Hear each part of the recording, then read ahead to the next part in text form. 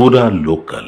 ప్రభుత్వ పాఠశాలలో చదివేటువంటి 10th గర్ల్స్ కు బాయ్స్ కు ఇంతవరకు మీకు సొంత ఆస్తి లేదు, కానీ మొట్టమొదటి సొంత ఆస్తి సైకిల్ రూపకంగా బండి సంజయ్ మీకు అందిస్తున్నాడు.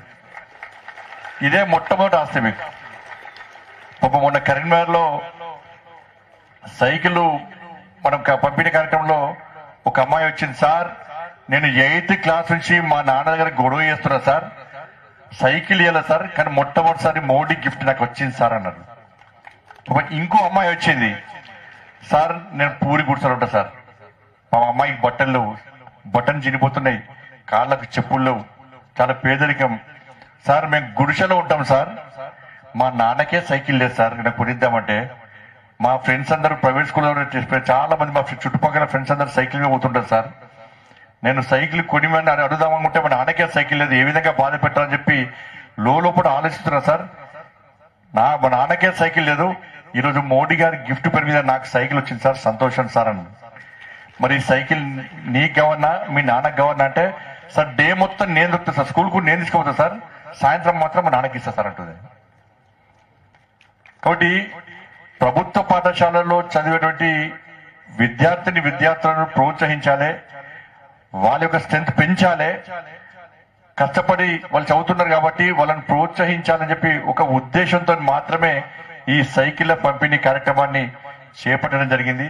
ఇవాళ ఉదయం బయలుదేరుతారు మీరు, స్పెషల్ క్లాసెస్ ఉంటాయి 10th క్లాస్ వాళ్ళకి, ఈవినింగ్ స్పెషల్ క్లాసెస్ ఉంటాయి, మార్నింగ్ ఆటోలో పోయే స్తోమతం నాకు లేదు, ట్రాన్స్పోర్టేషన్ సరిగా ఉండదు, మార్నింగ్ క్లాసెస్ మిస్ అవుతారు, ఈవినింగ్ క్లాసెస్ మిస్ అవుతారు, దీనివల్ల డ్రాప్ అవుట్స్ ఎక్కువైతున్నాయి.